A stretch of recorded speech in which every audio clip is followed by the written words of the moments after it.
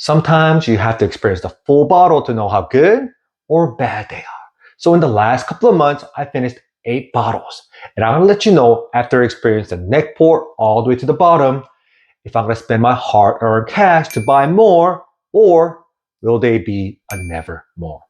Well, I'm gonna let you know right now. Okay.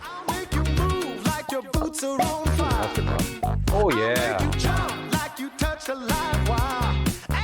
Welcome to We Think. My name is David. And let's be honest, there seems to be a new brand, a new trend, a new company coming out every month that is a must get. So it's making it harder and harder, or it's making me pickier and pickier to see which ones I want to buy more, because might as well just get the newer stuff. So if I say it's a buy more, it must be a really good bottle. With that said, let's get straight to bottles. First, slam dunk buy mores, the ones that's delicious and priced absolutely great. And you know what? There is none. That's already telling you things are getting very competitive, because all these bottles are not really slam dunks. I had to think about it for a while. So the first bottle I had to think about, well, this one 2-3 years ago was priced so ridiculous I didn't want to buy it. At that time, it was definitely a nevermore at $90 to $100. But now it's kind of readily available, so the prices have come back down to about $55, $60, which makes it very competitive. So I had to think about it for a while. It's going to be Henry McKenna Bottled in Bond 10-year single barrel. The reason I had to think about this, it's the perfect, single barrel in terms of you never know what you're gonna get. Sometimes you get the best bourbon that just hits you everything right. Sometimes you get some of the worst that it's almost a drain pull. And that variance is kind of fun. I mean, that's what single barrels are supposed to be, right? You never know what you're supposed to get. It's supposed to be different from this one to that one. And this it really does that really well. And so again, at $80 or $90 or what it was, or even $100 plus at some places, obviously that's a nevermore. But now at 58, maybe $60, to me, to buy more. It's fun just to never know what you're gonna get. So I will get another one and see if I like it or throw it away. The next bottle I had to think about, well, this is the first non-American whiskey on this buy more or never more series, I think. Well, most likely. Anyways, I really enjoyed the experience, but the price is a little high, so I really had to think about it. It's going to be Aaron QuarterCast. This one comes in at 56.4 proof or percentage ABV, or 112.4 proof. I don't usually like single malts because they're really thin, because a lot of them come at 40, 43, 45.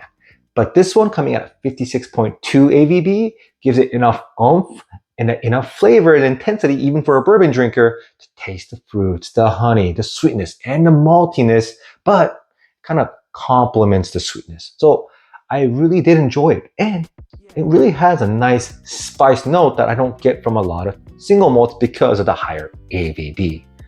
But the price, like $80, $90. And for that, you can get a really, really nice bourbon. So for me, Aaron QuarterCast, nevermore. I enjoyed it, I liked it, and I don't regret having it, but I were to spend that $89 and get a really good bourbon. So for me, nevermore. And the next bottle, this one's really frustrating. Have you ever had a bottle where the stats are fantastic? 14-year-old bourbon, finished into Kaji barrels, and it comes at 104 proof, and the price is fantastic at $90. You're like, whoa, how can this be? And then you taste it and you're like, maybe that's why it's $90. It's going to be High and Wicked, the Judge 14-year-old straight bourbon whiskey, finished in ex-Hungarian Tokachi barrels.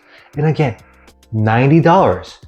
And so, I mean, the stat says this should be better than, let's say, Joseph Magnus, or even like Murray Hill Club in terms of the age, the proof, the finish. And I like Tokachi finished whiskeys.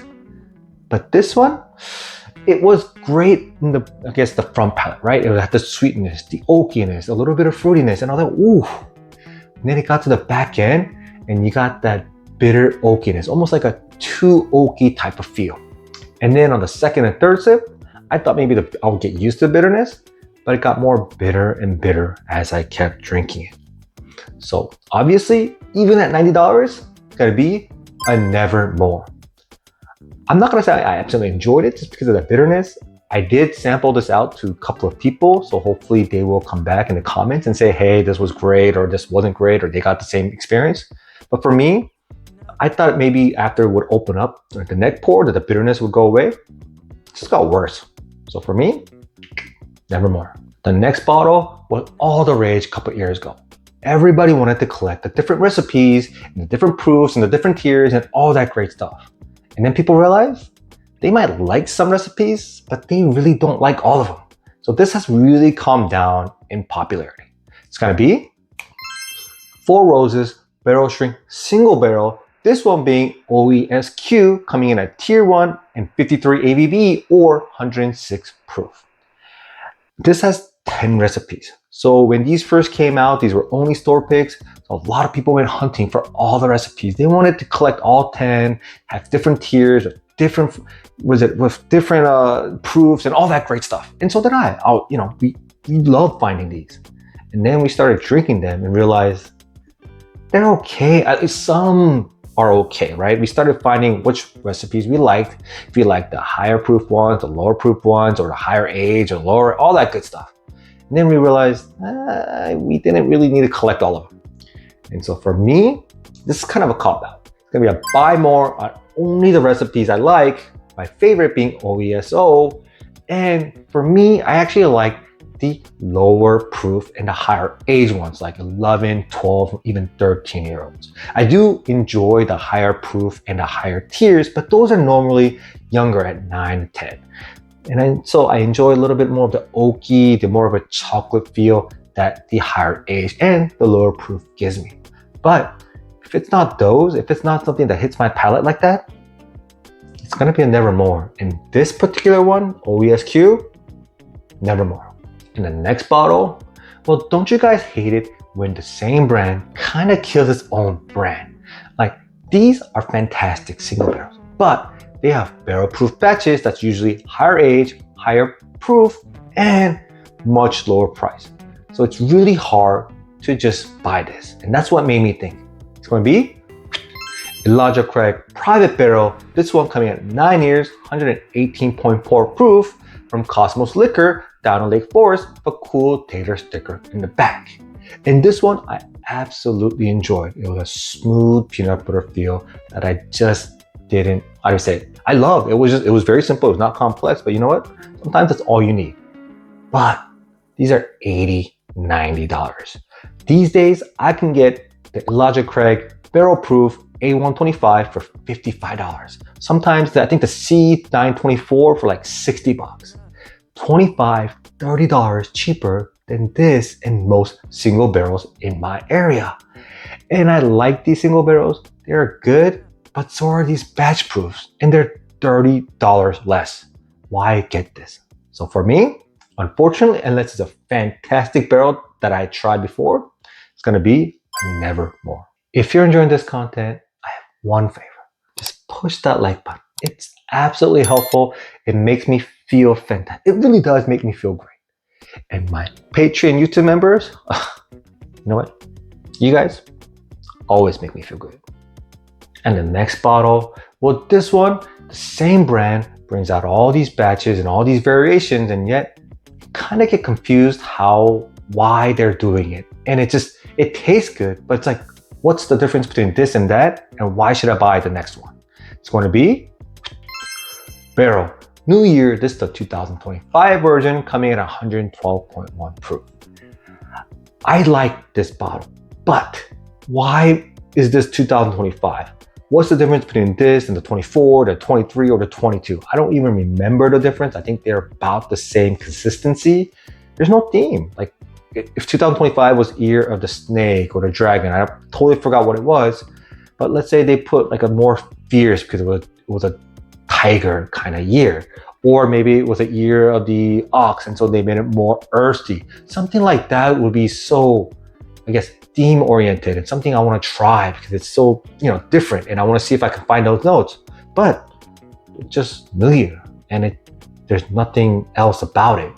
So that makes it difficult to rebuy. And barrel has so many good other things, right? Seagrass, Vantage, there are barrel-proof batches, and so many others like Mizunara and all these things that's coming out. That's fantastic. So for me, for this at $89, I'm not gonna buy a New Year's 2025 or the 2026. And the next bottle is kind of polarizing. I think SLB Drinks came out and said they'll never buy these again. And those are big words from a big channel, but I like these. And with the prices they are kind of right now, I had to think about it. It's going to be Booker's. This one being the 2023-4 badge, the Storyteller's badge. And this one I bought for $90.